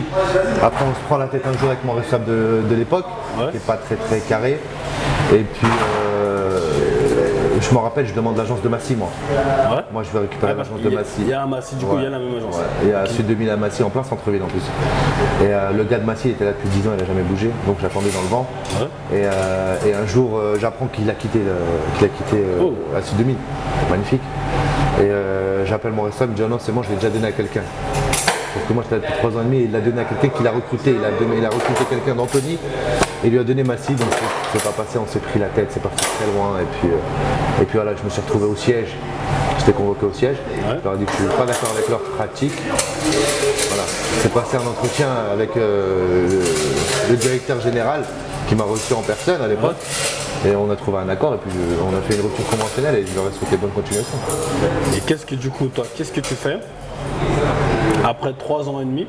On arrive dans les années 2017-2018, je crois. Ouais. Qu'est-ce que toi, tu fais derrière ça en fait? Parce que là, du coup, tu es. Bah alors c'est très simple. Je quitte Assu 2000 avec une rupture conventionnelle. Ouais. Qui dit rupture conventionnelle dit chèque. Ok. Je prends le chèque, je vais à Marrakech. Voilà, c'est tout simple. C'est tout simple. Tu veux pas faire plus simple? Je vais 1 mois en vacances au Maroc. Ok. Je vais 1 mois à Marrakech, voilà. Ça y est, j'ai donné 3 ans. Ok. Assu 2000 c'était intense. Assu 2000 je travaille 6 jours sur 7, je travaille du lundi au mardi. C'est vraiment fort, mais c'était la meilleure école. Pour moi c'était la meilleure école. Je reviens ici, je me remets à bosser, je charbonne, je fais des petits tafs. J'ai fait du ringis, j'ai fait du livreur, j'ai fait de la vente de rénovation à 1 euro. Ok. J'ai tout fait. Après j'ouvre un resto. J'ouvre un resto, mais en parallèle j'ai toujours les assus en tête. Alors, le restaurant, ça se passe comment du coup? Alors le restaurant c'est très simple. C'était pas prévu. Déjà, comment tu fais pour l'ouvrir ce restaurant? Parce que tu dis j'ouvre un restaurant comme si j'ouvre un restaurant, j'ai les clés, j'ouvre la porte, Justement, je sors dedans. c'est pour ça que je dis que c'était pas prévu. Je bosse avec des petits cabinets et j'ai bossé à la MAP aussi. Tu vois, entre temps j'ai bossé à la MAP. Donc je suis toujours dans les assus. Les assus ça bouge pas, je suis toujours dedans. Et un jour, je vois sur le Bon Coin une annonce, tout simplement. Je vois une annonce sur le Bon Coin. Et c'était un salon de coiffure. Ok. Au Muro, dans le 78, là où je suis né. Donc je me dis quoi, esprit entrepreneur oblige, je vais aller voir ce que ça donne. Ok. Et je fais la visite. Pour moi, je vais récupérer un salon de coiffure. Ça, c'est important. Et en fait, quand je discute avec le mec, je vois c'était un ancien salon Jean-Louis David, c'est ça. Et il s'avère qu'en fait, il a refait les travaux. Et c'est le propriétaire de l'immeuble. C'est un petit immeuble en plein centre-ville de 3 étages. Il est du Maroc. Ok. Donc on arrive à Entre discuter. Camaro, ouais, j'ai capté. Et pendant que je discutais avec lui, je dis écoute, en arabe, je dis écoute, je suis obligé de faire un salon de coiffure. Il me dit non, tu fais ce que tu veux. Et cette phrase de ce que tu veux, Fallait pas te la dire à toi. c'est ça qui a, ouais. Franchement, c'est ça qui a tout changé. Parce que quand tu ouvres un restaurant, il te faut obligatoirement une extraction. Et ça vaut de l'oseille. Il faut acheter le fond et ça vaut de l'argent. Sauf que là, j'avais rien à acheter, j'avais pas de fond, j'avais rien. Et il me laissait tout faire. Il me laissait la carte blanche, il n'y avait pas de copro, il n'y avait pas de syndic, il n'y avait rien. Tu avais l'immeuble et tu faisais ce que tu voulais. Donc du coup, c'est comme ça que ça s'est fait et ça m'a permis d'ouvrir un resto pour pas grand chose au final. Quand tu rentres avec ton. Quand tu rentres dans le restaurant, le propriétaire te laisse les lieux, etc. Et comment tu te débrouilles toi pour transformer un ex-salon de coiffure en un restaurant avec du matériel, etc. Plusieurs mois de chantier. D'accord. Plusieurs mois de chantier. On a tout cassé, Ouais. on a tout pété, Ouais. on a tout refait. Estimation Des des coûts. allers-retours à Estimation des coûts. pas beaucoup, pas Ouais. beaucoup. Moins de 3 points. Ok. Sans compter la cuisine, hein. On compte pas la cuisine. Ok. Sans compter la cuisine, c'est moins de 3 points. C'est un bar comme ça, c'est une vitrine, c'est des écrans, c'est des appels avec les graphistes qui vont travailler les cartes. C'est des allers-retours à Brico Dépôt, Brico Rama, tout ce que tu veux. Et c'était beaucoup de travail. Après, c'est aussi du soutien. À l'époque, je suis pas tout seul, donc j'ai des contacts, j'ai plein de choses qui m'aident aussi. Contact dans la cuisine, contact dans l'extraction, contact dans la menuiserie. Comment tu fais toi pour réunir les fonds pour faire tout ça? Parce que c'est un billet. Pas forcément. Pas forcément. Tu avais mis des sous de côté déjà? Non, pas du tout. Non, pas du tout. À l'époque, j'ai mis des sous, non. J'ai un petit peu de côté, oui. Le but, c'est de ne pas les toucher. Mais tu arrives à t'organiser, c'est des personnes que tu connais, c'est des contacts. Écoute, moi, j'ai besoin de toi, tu viens me faire, s'il te plaît, le sol et le truc. Le gars, il va te demander, il va t'arranger, tu vois, il va te demander que le matériel. Ok. Tu lui ramènes le matériel, la main-d'œuvre, tu la verras plus tard. Et quand tu ouvres ton resto, les premières factures que tu payes, c'est tiens, lui, je dois lui payer la main-d'œuvre. Ok. J'ai 1000 € ici, j'ai 2000 € ici, mais tu le payes après. Donc tu investis, on va dire, l'investissement qui se fait, c'est plus sur le savoir-faire des gens, des contacts, ceux qui savent faire le carrelage, ceux qui savent installer, Ouais, ceux qui savent monter les meubles, ceux qui savent l'extraction, il faut monter toute l'extraction. La cuisine, c'est du... Donc ça se fait plus sur un crédit un peu. C'est pas un crédit à proprement parler, mais voilà, les gens t'ont donné.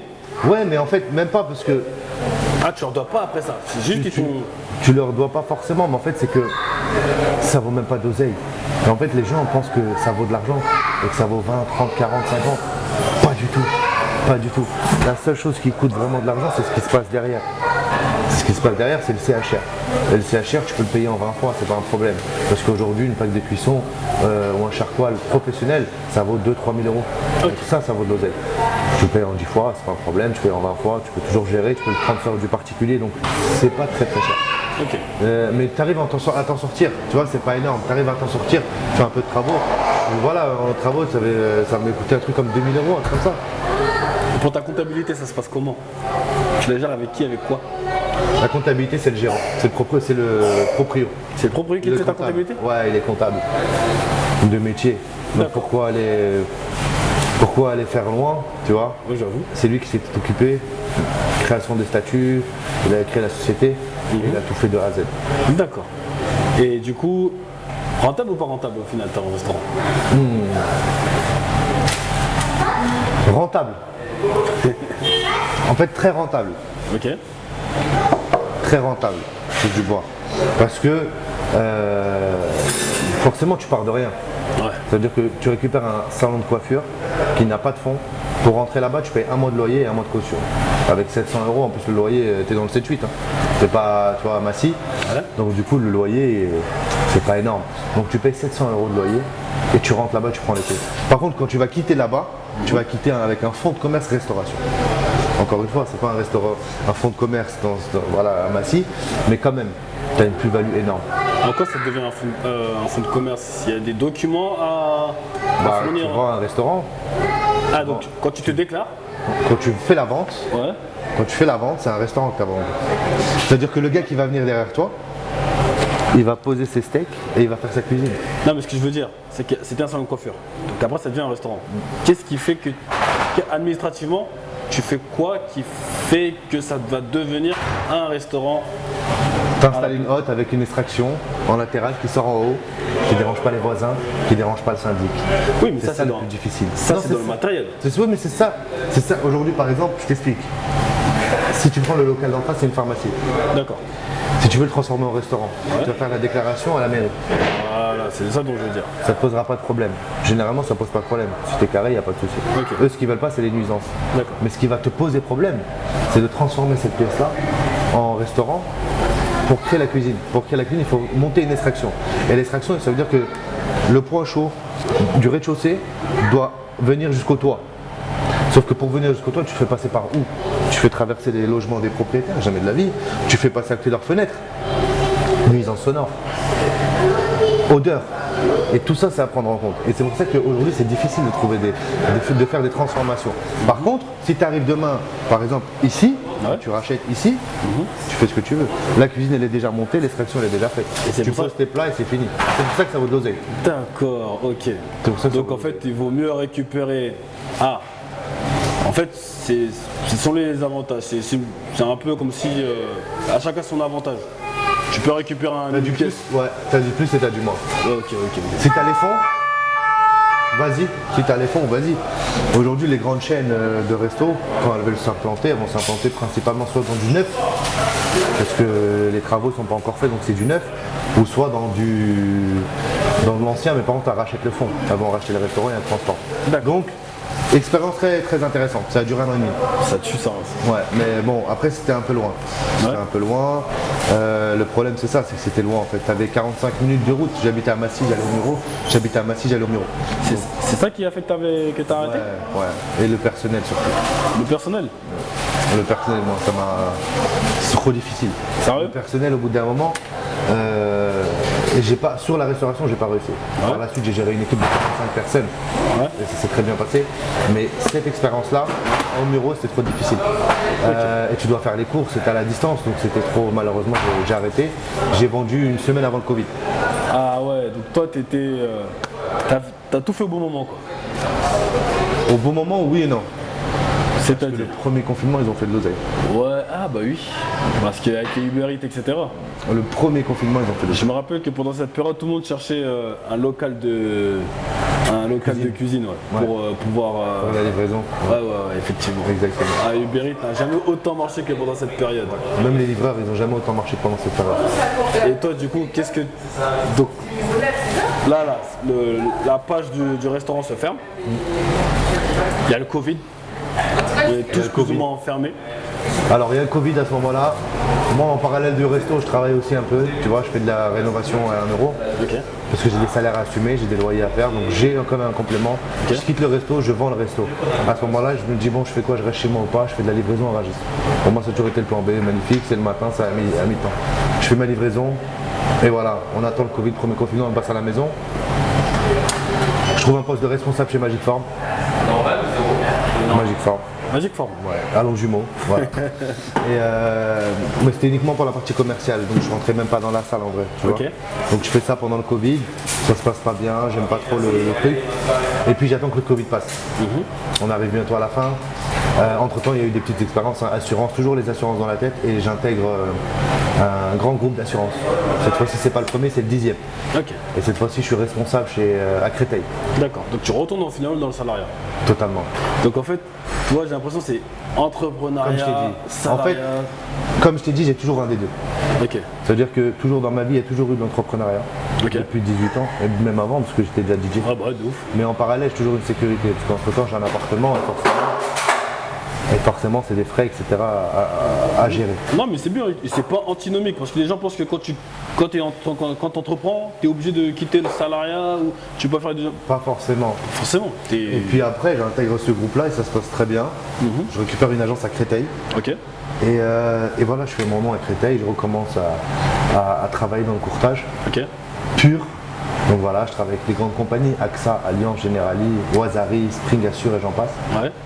Et puis voilà, tout se passe très bien chez Leader Assurance. D'accord. C'était un courtier, c'est toujours un courtier, un grand courtier français. Et puis un jour, le déclic fait que je suis chez moi, je suis malade. Ok. Et puis moi je joue beaucoup sur cette proximité avec mes clients.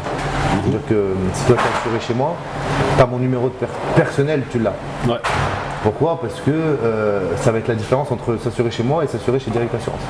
Ok. Donc du coup, je rentre chez moi, je suis malade et j'ai un client qui m'appelle à 21h30. Kamel, s'il te plaît, je viens d'acheter une voiture. C'était une société. Kamel, s'il te plaît, je viens d'acheter une voiture. Il faut que je l'assure demain matin à 8h, mon salarié part avec. Il faut que tu me l'assures tout de suite. Donc le mec, je dis écoute, il n'y a pas de problème, tac, je lui envoie tout, il m'envoie tout sur WhatsApp. Je lui fais le devis, il valide et tout, tac tac, je lui envoie le lien, il paye. Et en fait quand il paye à ce moment-là, je me dis mais regarde. Tu as fait quelque chose là, tu as pris un client, donc tu lui as fait son contrat à distance de chez toi. Tu as pris ta commission complète et je me rappelle, j'ai gagné 20 € dessus, tu vois. Et le cabinet, lui, il gagnait pas cette somme-là, le cabinet gagnait beaucoup plus. Mais toi, tu es commissionné dessus.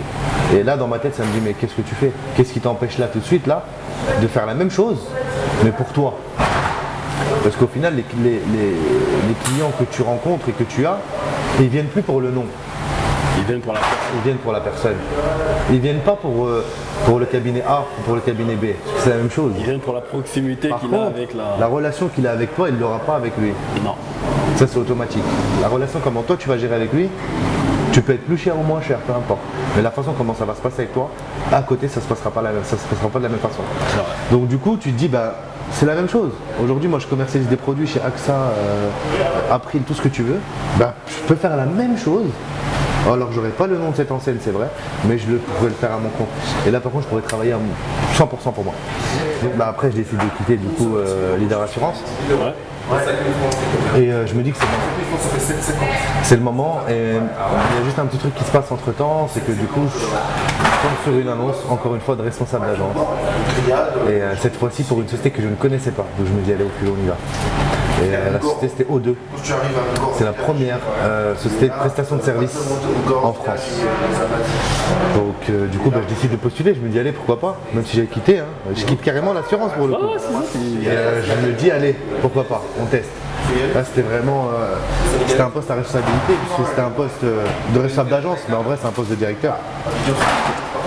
Tu gères une quarantaine de personnes, donc tu gères tout ce qui est aide à domicile, femme de ménage, garde d'enfants. Et ça se passe à Montlhéry, je passe 3 entretiens, très compliqués, et à la fin je suis pris, je rentre chez eux. En tant que salarié encore? En tant que salarié toujours. En tant que salarié, je rencontre un entrepreneur magnifique, qui s'appelle Guillaume Richard, qui est le président fondateur du groupe O2 et qui ambitionne d'être la première société de prestation de services au monde. Et je pense qu'il va y arriver. Je pense qu'il va y arriver. Je discute avec lui et c'est une personne que j'ai rencontrée plusieurs fois. J'ai même été avec lui en séminaire. Et voilà, il est franchement très intéressant. C'était une courte parenthèse, parce que du coup moi, ça ne l'a pas fait au sein du groupe. Et je décide à ce moment-là, bah, encore une fois, comme à l'habitude, de partir quelques semaines au Maroc. Et à mon retour, j'ouvre cette fois-ci mon propre cabinet. Pour savoir si l'histoire du cabinet, il est déjà prévu depuis longtemps. Ouais, parce que sur les papiers, il est déjà prévu depuis longtemps. C'est un projet qui est mis en place depuis l'époque du restaurant. D'accord. Parce que en fait, si tu veux, quand je quitte ASU 2000, je quitte moi et un ami à moi. On quitte à deux. On se dit c'est bon. ASU 2000 c'est plus pour nous. Et moi quand je vais à Marrakech, lui qu'est-ce qu'il fait? Il ouvre. Donc du coup j'ai le recul nécessaire et j'arrive à voir comment ça se passe. Et première année c'est un peu dur, deuxième année c'est exceptionnel et troisième année il déchire tout. Donc depuis ce jour-là c'est déjà mis en place. Et quand je quitte aux deux, je me dis que c'est le moment. Donc du coup bah tout est déjà prêt. J'ai déjà mes clients. Les gens me connaissent déjà comme le courtier parce que ça fait longtemps que je travaille chez ASU 2000 et que j'ai travaillé aussi chez d'autres compagnies. Donc tu as déjà une basse clientèle déjà. Déjà. Tu vois, et comme je t'ai dit, ils viennent pas me voir parce que je travaille chez ASU 2000. Ils viennent me voir parce qu'ils me connaissent, ils savent que je vais leur trouver la solution. Et du coup bah voilà, j'ouvre mon cabinet à Longjumeau. Cette année, Comment ton cabinet? à la rentrée, c'est les assurances de papa. papa.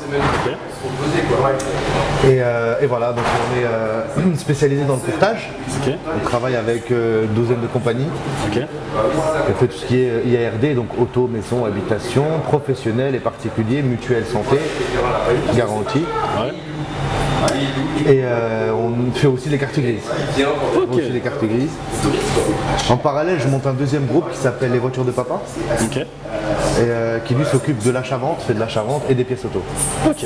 Voilà, donc on est vraiment sur les assurances de papa, les voitures de papa. Les voitures de papa, c'est toujours en cours. Ça met beaucoup de temps, ça met énormément de temps. Les assurances de papa, c'est déjà ouvert. C'est déjà ouvert, on est au 128 rue du président François Mitterrand, à Longjumeau. Voilà, en face de Speed Rabbit, en plein centre-ville. Et À la grâce à Dieu, vue de tous. alhamdoulilah, ça se passe très bien. Alhamdoulilah. Et on espère en ouvrir d'autres d'ici là.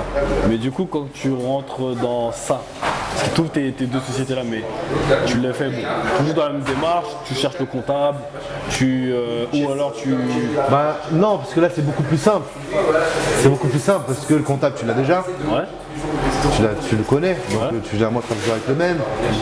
Le flyer, tu le connais déjà, c'est le même que tu Ouais. appelles. Tout ce que tu avais... Tout en fait, tout ce que tu as appris au cours des années que tu as eu, les professionnels avec qui tu as travaillé, et tu as des très bons retours, donc tu sais que les mecs ils gèrent, Ouais. pas besoin de réfléchir.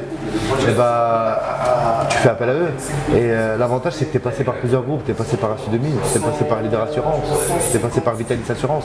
background, Ces il est- groupes-là, ça fait des années. Ça veut dire que quand tu vas ouvrir les assurances de papa, tu vas prendre un peu de chaque. Tu vois, tu vas prendre le meilleur d'Assu 2000. Tu vois, j'ai pris des choses que je travaille maintenant, des façons de travailler que j'ai appris chez Assu 2000. Ok. Ça me permet aujourd'hui d'être un peu plus carré sur certaines choses. Il y a d'autres choses, je les ai pris de Leader Assurance. Parce que je travaille chez Leader et eux, ils ont un système qui est comme ça. Voilà, ils sont 100% papier, ils ne sont pas digital. Donc moi, ça me plaît pas. Je sais ce qui me plaît pas et je sais ce qui me plaît. Et ça me permet déjà de mieux répondre. Quand j'y vais, là, j'y vais direct. Au moins, j'ai déjà appris et je prends le meilleur d'ici, le meilleur d'ici. Et c'est plus simple, forcément, quand tu es déjà ouvert avec la société, tu es déjà passé par là, tu as déjà fait des erreurs. Déjà, tu sais ce qui marche et ce qui ne marche pas. Donc là, c'est plus fluide. Et donc là, voilà, là, on est à Longjumeau, on est en plein centre-ville et alhamdoulilah, ça se passe très bien. Machallah. Et quand tu es arrivé là, comment dirais-je, là tu as ouvert tout récemment. Donc là c'est une nouvelle aventure. Exactement. Donc on va pas encore parler de résultats, il n'y a pas encore de bilan, etc. Non, Mais- bilan, non. Après, c'est une belle aventure parce que Le week-end, on ne ouvert que le soir. tu sais que c'est une belle aventure parce que l'objectif il est déjà fait. Ouais, c'est ça. En fait, l'objectif il est déjà fait. Là tu es plus Aujourd'hui, salarié. je suis plus salarié. Aujourd'hui, mon objectif, moi, c'est de faire entre le Maroc et la France. On va y venir. Et donc voilà, je travaille aussi là-bas au Maroc par rapport à ça. Donc c'est mon objectif. Aujourd'hui, c'est déjà fait puisque quand tu pars le matin, quand tu pars au travail, tu es content. Déjà de ouf. Alhamdoulilah. C'est-à-dire que tu l'as fait le résultat. Tu vois. Après, que tu gagnes 20 000 ou que tu gagnes 2 000 euros, ça c'est autre chose. Ouais. Ça, effectivement, il faut forcément gagner sa vie. Tu as des loyers à payer, tu as des charges, tu as tout ça. Mais le fait déjà que tu ailles travailler et que tu n'aies plus cette boule au ventre, par exemple. Moi, je m'en rappelle, le dimanche, j'aimais pas le dimanche. Moi, je détestais le dimanche. Dis-moi, Je détestais le dimanche. Tu vois, le zone interdite en sécurité exclusive du soir, je détestais ça. Pourquoi je détestais ça? Parce que ça voulait forcément dire qu'on repart sur une nouvelle semaine. C'était automatique, tu vois. Alors que là, quand tu passes, et je parlais avec des entrepreneurs, parce qu'on se retrouve, il n'y a pas longtemps, il y avait à Porte-Maillot le salon du courtage. Ouais. Et c'est tous les courtiers indépendants qui viennent rencontrer les compagnies. Et tu parles avec d'autres courtiers et peu importe le résultat, tu as quand même cette chose. Après, attention, l'entrepreneuriat, c'est pas facile. C'est pas facile, attention, c'est pas facile. C'est T'as beaucoup des responsabilités, beaucoup tu dors d'épreuves. beaucoup moins bien, attention. Au début, c'est très difficile, t'es obligé de réussir. Tu te laisses plus le choix. C'est-à-dire que là, par exemple, moi au cabinet, quand je travaillais avant dans les groupes, à 19h, 18h, il est 18h, je ferme le cabinet. Je rentre chez moi. C'est fini. Mon contrat s'arrête à 18h. Ouais, Donc ouais. merci, au revoir, je rentre chez moi. Peu importe mon travail, je rentre chez moi. C'était comme ça que je voyais la chose. Ouais. Quand tu travailles pour toi, c'est pas pareil. Bon bah non, même à la maison tu charbonnes. Je peux quitter l'agence des fois à 22h30. Hein. Des fois, tu peux passer, je t'invite à passer à Longjumeau le soir en semaine. T'inquiète pas, en rentrant chez toi. J'ai prévu de passer. Tu vas avoir un cabinet d'assurance allumé le soir. C'est moi. Tu verras un cabinet allumé, c'est moi. Parce que tu n'as pas le choix. Tu vois, tu as des dossiers à envoyer, tu as des gars qui t'ont payé, tu as de la carte grise, tu as des mecs qui ils ont payé pour être assurés. Ils t'ont tout envoyé. Il faut que tout envoie en compagnie. Si tu n'envoies pas le nécessaire en compagnie, ils vont se faire résilier ces mecs-là. Ces mecs-là, ils ne connaissent pas les compagnies, ils te connaissent toi, encore une fois. Donc c'est toi qui viens voir. Donc du coup, c'est une responsabilité. Il y a du plus et il y a du moins. Si on veut te trouver, toi, là-bas, c'est quoi l'adresse? 128 rue du président François Mitterrand. Longjumeau. 80 160 Longjumeau. T'accueilles tout le monde? Tout le monde. Oh, bien sûr. Quelqu'un qui est super malucé aussi? Avec grand plaisir, c'est celui que j'accueille le mieux, je crois. Le grand malucé, c'est celui que j'accueille le mieux. Le résilié, non paiement. Non, franchement, voilà. Après, ça fait des années. Ouais. Tu vois, c'est pour ça que, avec les années, j'ai appris. Ouais. Peut-être qu'il y a 7 ans, je t'aurais dit non, je ne sais pas. Aujourd'hui, je sais. Avec les années, je sais que celui-là, je vais le mettre là, celui-là, je vais le mettre là, celui-là, je vais le mettre là. Donc, bien sûr, tous les profils. Je vais peut-être passer. Avec grand plaisir. Tu ne seras pas déçu. En tout cas, moi je vois que tu arrives à. C'est une sorte de nouvelle aventure. On est loin de la fin, c'est le début d'un. J'espère. Il y a là une fin et là il y a encore un nouveau début. Donc j'espère que pour toi ça avancera du mieux possible. Et du coup, tu me parlais du Maroc. Donc il y a une sorte une passerelle que tu as créée entre ce que tu fais en France et l'autre côté. Exactement. Moi, je me dis, si tu fais pas quelque chose, n'attends pas pour le faire. Parce qu'il y a beaucoup qui vont me dire, ouais, non, peut-être pas, attends, etc. etc. Aujourd'hui, je sais que le Maroc, c'est un pilier dans la téléphonie, dans les assurances. C'est vrai. Aujourd'hui, on a AXA qui est basé là-bas, le siège d'AXA. Je sais que j'ai travaillé avec eux, donc j'ai travaillé avec AXA. ASU 2000, le siège d'ASU 2000, c'est au Maroc. Okay. Direct Assurance, c'est au Maroc. Donc voilà, on a des profils qui sont de qualité. Et du coup, c'était logique que je me tourne vers le Maroc. C'est logique. C'est le pays duquel je suis originaire. Ouais. C'est pour moi, si j'ai la possibilité demain de passer 2 semaines ici, 2 semaines là-bas, je le fais avec grand plaisir. En toute sincérité. Les opportunités là-bas, tu disais au départ qu'elles ne manquaient pas. Elle ne manque pas.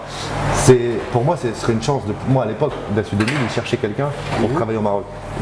Et j'étais le premier à postuler. Après, j'ai pas été repris, j'avais pas été sélectionné dessus. Mais travailler au Maroc, pour moi, c'est magnifique. Est-ce que tu penses qu'il y a plus d'opportunités au Maroc du coup qu'en France? Non. C'est pas la même chose. C'est pas du tout la même chose. Pour un entrepreneur? Non.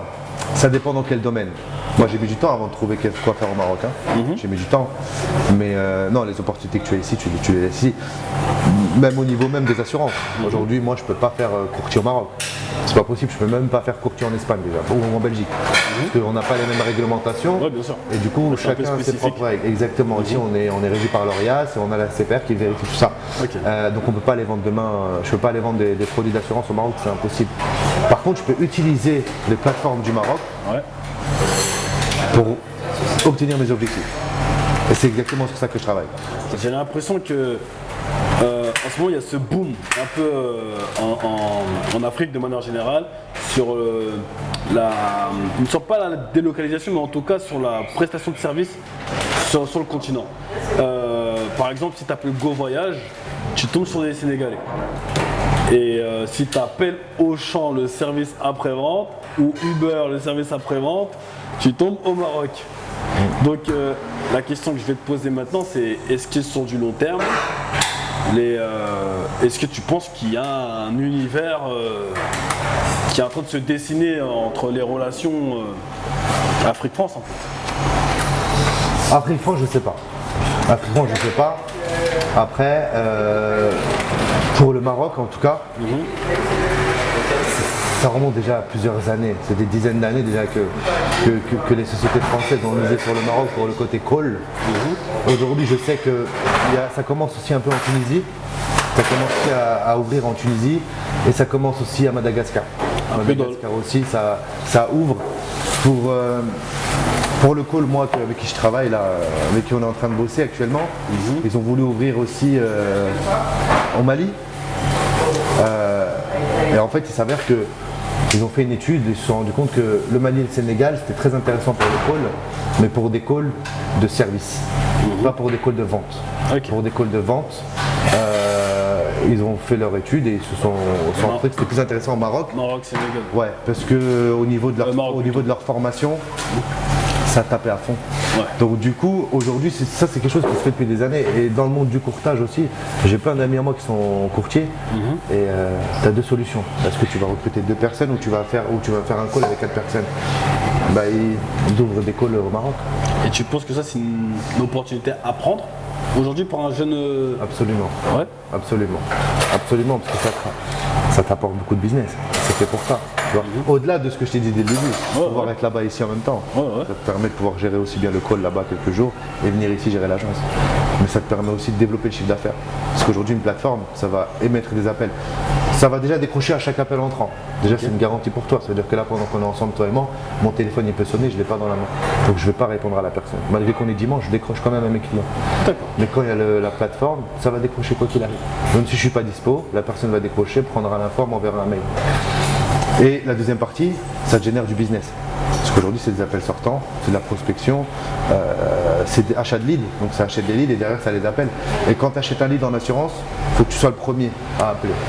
Ok. C'est-à-dire que le lead, quand il rentre, c'est généralement les comparateurs, etc. etc. Lorsqu'on t'envoie le lead, c'est le premier qui appelle, qui tape. Si tu l'appelles 1 heure parce que tu as un rendez-vous, ça ne sert à rien, tu as gaspillé de l'argent. Ça m'a l'air technique ton truc, hein. En tout cas, ça tue. Et là, du coup, donc t'es encore dans ton développement de projet. Ouais, bien Donc, sûr. ouais. Ah ouais, totalement. Donc, totalement. Que ce soit aussi bien au Maroc ou en France, on est totalement en développement. Mais tu restes en développement les 2 premières années en vrai. Tu te vois où toi dans 5 piges? Je sais pas. Personnellement, toujours au même endroit. Ouais. Professionnellement, les assurances de papa. Ouais. Les assurances de papa, aujourd'hui on a un cabinet, si on peut en ouvrir 2, on en ouvrira 2, et si on peut en faire 3, on peut en faire 3. On a été contacté par une personne de Paris qui voulait ouvrir une franchise. Ouais. Donc qui est venu, qui a visité les locaux, les assurances, les carturistes. Et il a passé une journée avec nous et il a validé et il a aimé. Il nous a fait une proposition, on n'a toujours pas fait de retour pour le moment. Et une autre personne à Nancy. Ok. Donc ça c'est des projets qu'on garde. Aujourd'hui pour nous il est trop tôt. Alors, je dis nous mais je suis tout seul. Je dis nous mais je suis tout seul. Aujourd'hui pour moi il est trop tôt de se projeter. Mais par la suite on verra. Et disons que c'est vrai que 5 ans, on a vu avec le Covid, etc., que beaucoup de choses étaient. On peut pas. C'est difficile de se projeter aujourd'hui. C'est un peu un brouillard, on est en plein phare, c'est un peu compliqué. Mais si tu devais parler à un jeune de la street, qui te regarde, qui a regardé ton background, comment tu es arrivé, parce qu'au final tu pars de rien, et tu en arrives quand même à travailler à l'international. Si tu devais parler à un jeune qui te regarde, qui se dit ouais mais c'est quoi les conseils qu'il me donnerait moi si je voulais faire la même chose, tu lui dirais quoi? Face caméra. Face caméra, le conseil que je peux donner à tout le monde, et je pense que c'est un conseil qu'on a déjà entendu, mais c'est que tout est possible.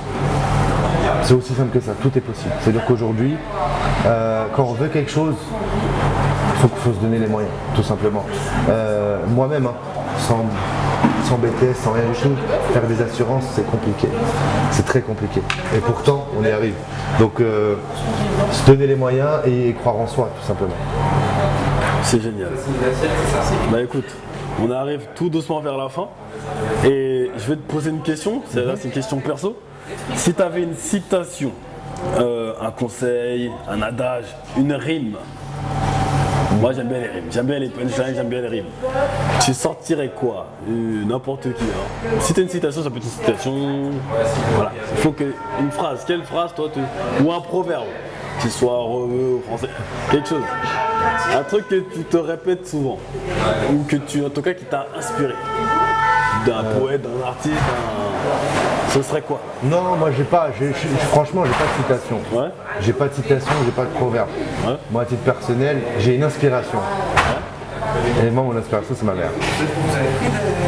Tu vois, ça me met des larmes aux yeux. c'est comme ça. Ta mère t'a donné le... Toujours. Ouais. Toujours. À chaque fois que je fais quelque chose, elle est avec moi, elle m'a toujours soutenu, du coup, je pense que c'est ça. C'est la madré. Ouais. C'est ça. Elle passe avant toute citation, tout ce que je peux avoir dans ma vie, c'est ma mère. En tout cas, moi, ce que je vois, c'est qu'elle a fait de son fils un bonhomme. Merci. Et franchement, ton parcours, je te dis sincèrement, il est inspirant. Et j'espère que beaucoup de jeunes vont voir et se dire, Inch'Allah, c'est possible. C'est tout ce que je leur souhaite. Kamel, merci à toi d'être Merci passé. à toi, avec grand plaisir. On remet ça. Quand tu Et veux. Quand tu auras des nouvelles aventures à raconter, tu repasses sur l'émission. Sans faute, Et tu viendras nous raconter ça devant le plateau. sans faute, avec grand plaisir. Merci encore à Merci toi, à Joe. toi. Et on se dit à bientôt. Merci. Prends soin de toi.